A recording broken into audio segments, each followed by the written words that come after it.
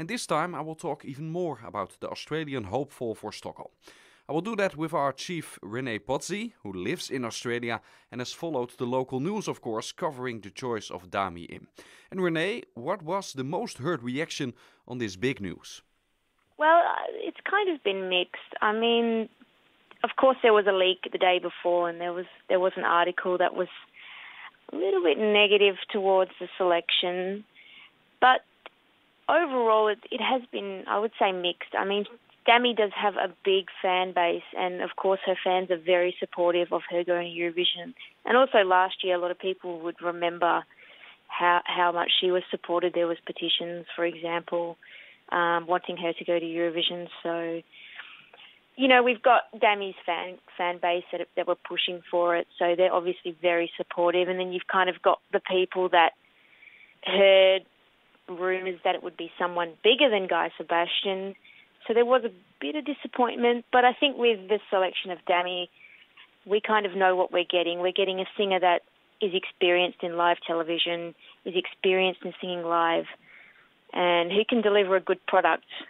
So I think with time we'll see a bit of a change, and hopefully we'll have a united support behind Dami. Yeah, because her fan base isn't, of course it's a big fan base, but it's not going to influence the televote in Eurovision throughout entire Europe. I guess. Of course, that's definitely a good point. So hopefully the product that comes out on stage will be something that Europe can relate to and will get behind and will enjoy, because Australia has, through Guy Sebastian, has already given quite a good show. So I think Dami does have the same experience as Guy with the talent show, with the live show experience. So hopefully that comes through on Eurovision, and the European audience will enjoy it. How was the coverage of this news in Australia? What was it, the talk of the town on television and in newspapers, or how was it? I've got to say it was a lot less covered than Guy was. Obviously, it was Australia's first year, and it was, you know, massive over here. But yeah, it has been a bit more quiet this year. I think maybe the buzz has died down a little bit, but it was covered on independent radio, mainstream radio, morning talk show programs. So it has got a bit of coverage. Dami's made appearances on local media as well, so she's definitely getting out there and showing how badly she wants to go to Eurovision and how dedicated she is, and she's passionate about it, which is good. But yeah, it is very different for Australia this year, because now we're kind of the regulars, and it's no more a one-off kind of coverage. So you can say it is very different over here. She, of course, won the X Factor in Australia, but still she didn't really have her big breakthrough yet. What do you think, in your opinion, is the main reason for that?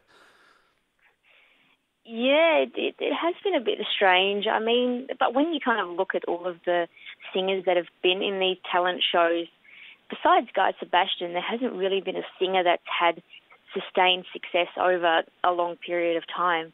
So Dami did have a few songs that did chart quite well. So did other singers like Samantha Jade, who also won the X Factor. So yeah, it is quite strange. I mean, when you look at Anja Nielsen, even, who went to Denmark in the Melodi Grand Prix, I mean, she didn't really have any success in Australia since winning a talent show. So yeah, it's been quite strange. It seems these days winning a talent show doesn't really do a lot for you in Australia anyway. So yeah, it is quite interesting to look at and to kind of evaluate all the different talent shows and where those artists have actually gone. Yeah, finally, her songs that she has released in the past have been quite diverse. What kind of genre do you think she will perform in Stockholm? I have heard some rumours that the song is going to be like an anthem. So I think we're going towards the style of her songs like Alive and maybe even Gladiator. So maybe an up-tempo, maybe ballad style with a big chorus, maybe something Sia-like that's really going to raise the roof.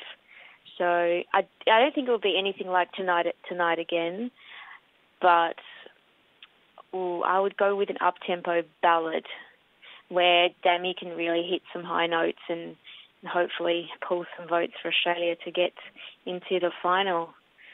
But I would reference to her songs like Live, which I think was the winning single, if I'm not mistaken, for the X Factor, and the track Gladiator, which is a more recent song.